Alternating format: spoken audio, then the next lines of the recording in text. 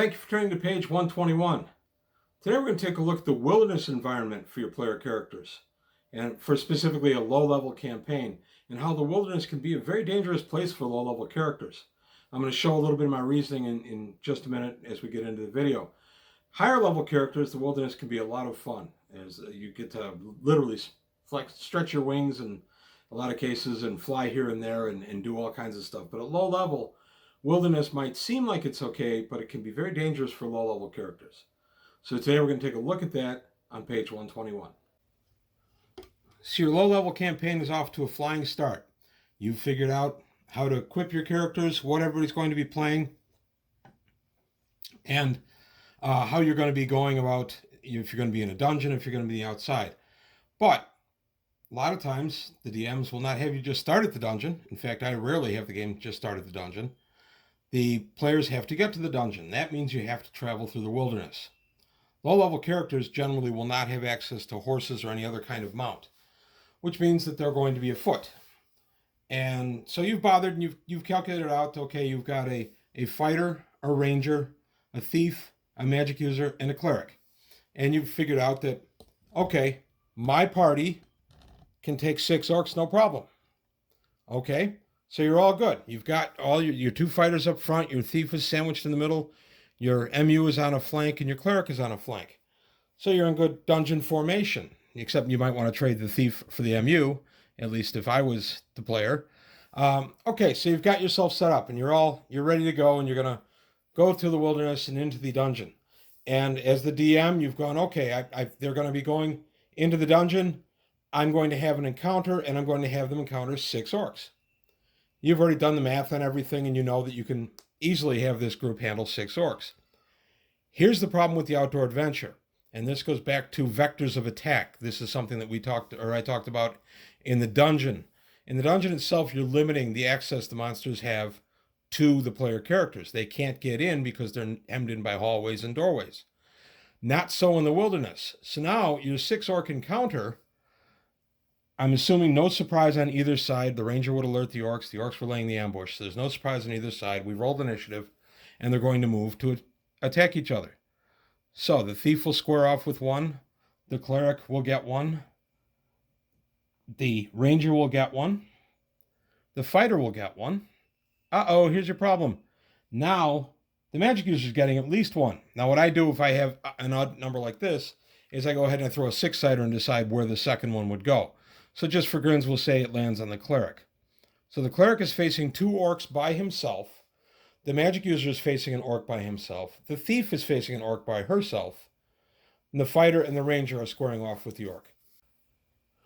The fighters will be okay because they've got the better armor class, their specialty, and everything else, so they should be fine. 1 orc against a first-level fighter with specialization and a decent strength is not really much of a fight. Your thief, on the other hand, that thief could be in trouble. Completely out of their element, squared off against basically an evil opponent. The thief, even with a 16 constitution, only has 8 hit points. That's as many as the orc has. The thief's armor class is going to be running somewhere around, say, 4 at the best, 6 probably at the worst. That would be the 16 dexterity for the worst. So their armor class is comparable, but the monsters hit on a better table than they do. Kind of a problem. Your magic user's in trouble. Unless your magic user has something that they can do right away, like a sleep spell, and there's a problem with that, your magic user's in trouble. Their armor class, even with an 18 dex, is only a 6. With an armor spell, it's a 5. They also stink in combat. They're supposed to. That's the idea behind them. So you've got a problem for your magic user, and your cleric has a problem because he drew the short straw and got 2 orcs. So you could end up in this simple encounter that your math told you that the party could easily handle in a dungeon setting. You could end up with 2 to 3 dropped player characters out of your group right away before they've even gotten to the dungeon. So you've got to be careful with outdoor encounters. It's all about where the monsters can come at the party. At low level, it's just too many points of attack, too many opportunities for the monster to flank the party and get at some of the weaker party members. Now, this can certainly happen in a dungeon. I'm not saying it wouldn't. But in a dungeon setting, you're going to be able to control it better.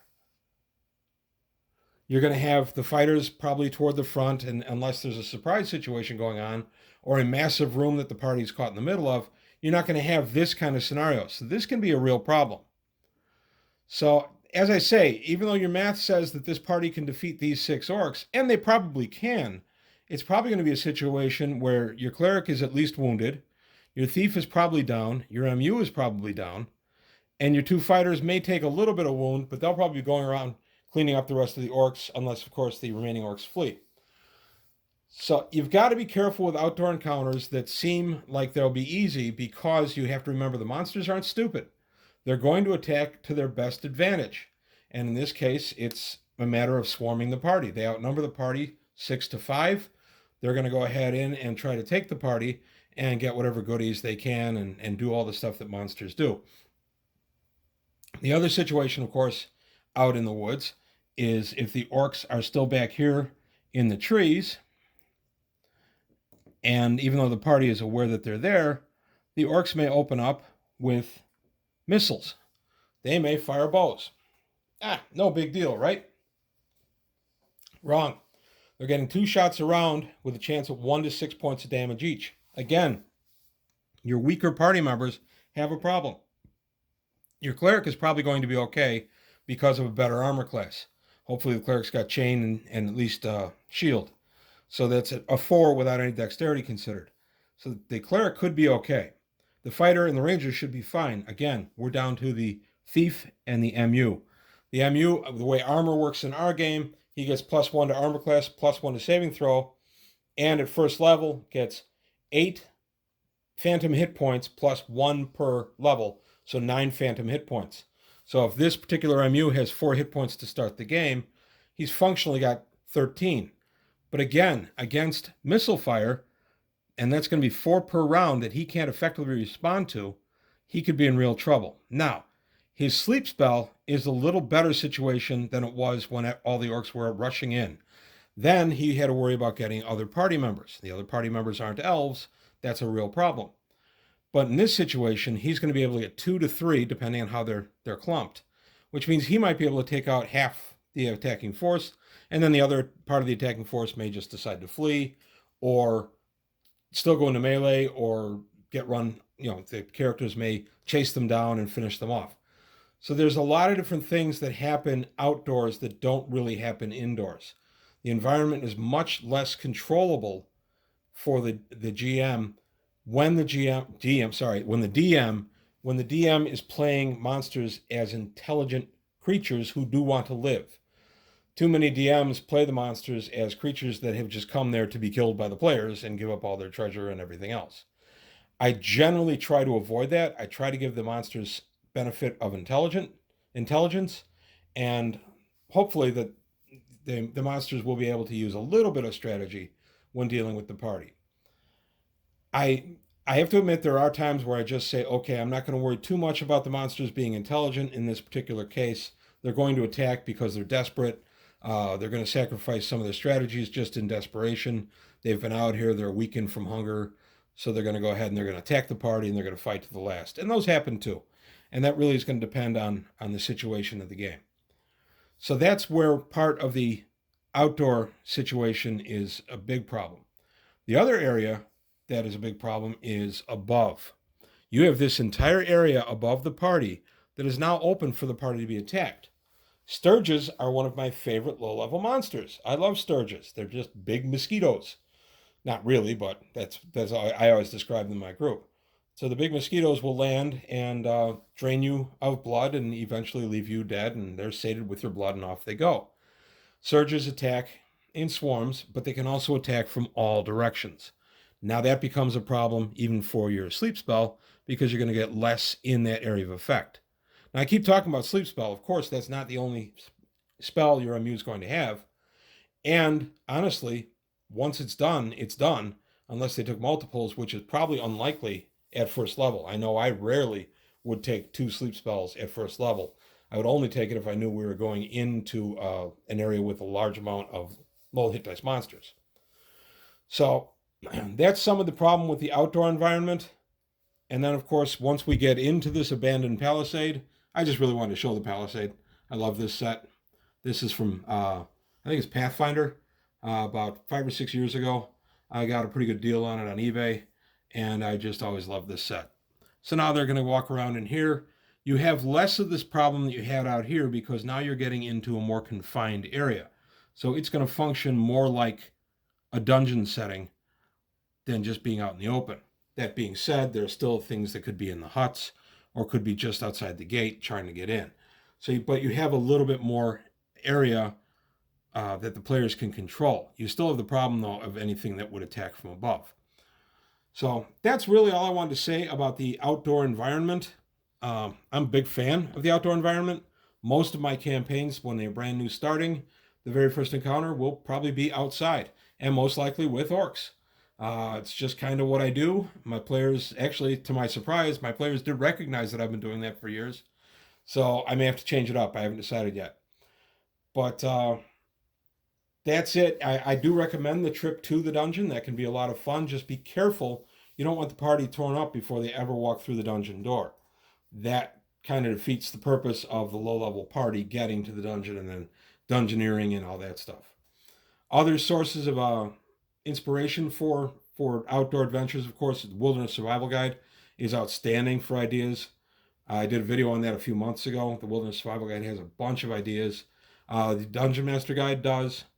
For a while in AD&D, there was a rule going that everything outdoors, you tripled the distance. So fireball would be triple its explosion size and things like that. We played that way for maybe a few months and then quickly abandoned that. It was too confusing. We just said, okay, indoor or outdoor, everything's going to be the same size, and that's going to be that. Finally, today we're going to take a look at the section of the Dungeon Master Guide on page 47, Adventures in the Outdoors. This is very valuable, especially for a dungeon crawler like me. That's where I started my D&D. This was nice because it gave you a better sense of being outdoors and what you were going to be doing. So as I got through the game more and read the Dungeon Master Guide cover to cover, this was really useful. Some of this is the 3-to-1 ratio for outdoor, being 3 times what indoor is. We never really used that. We tried it for a little bit early in the game, and then we abandoned it. I always love this artwork, by the way. So, and then you get adventures in the air and eventually underwater, and you get your aerial movement charts, A through E, right here. And then waterborne adventures, and then eventually underwater adventures. So very useful. I'm not going to do a ton on those, but very useful to have for your outdoor encounter, and always something to kind of, as a DM, keep in your back pocket, is that there is some information in the Dungeon Master Guide. Of course, the Wilderness Survival Guide has even more. I recommend both as truly great resources. So that's all I've got to say today on page 121. I hope you liked what you heard and saw. If you did, please like and subscribe. Leave any comments, polite criticisms, always interested. And I'll see you next time on page 121.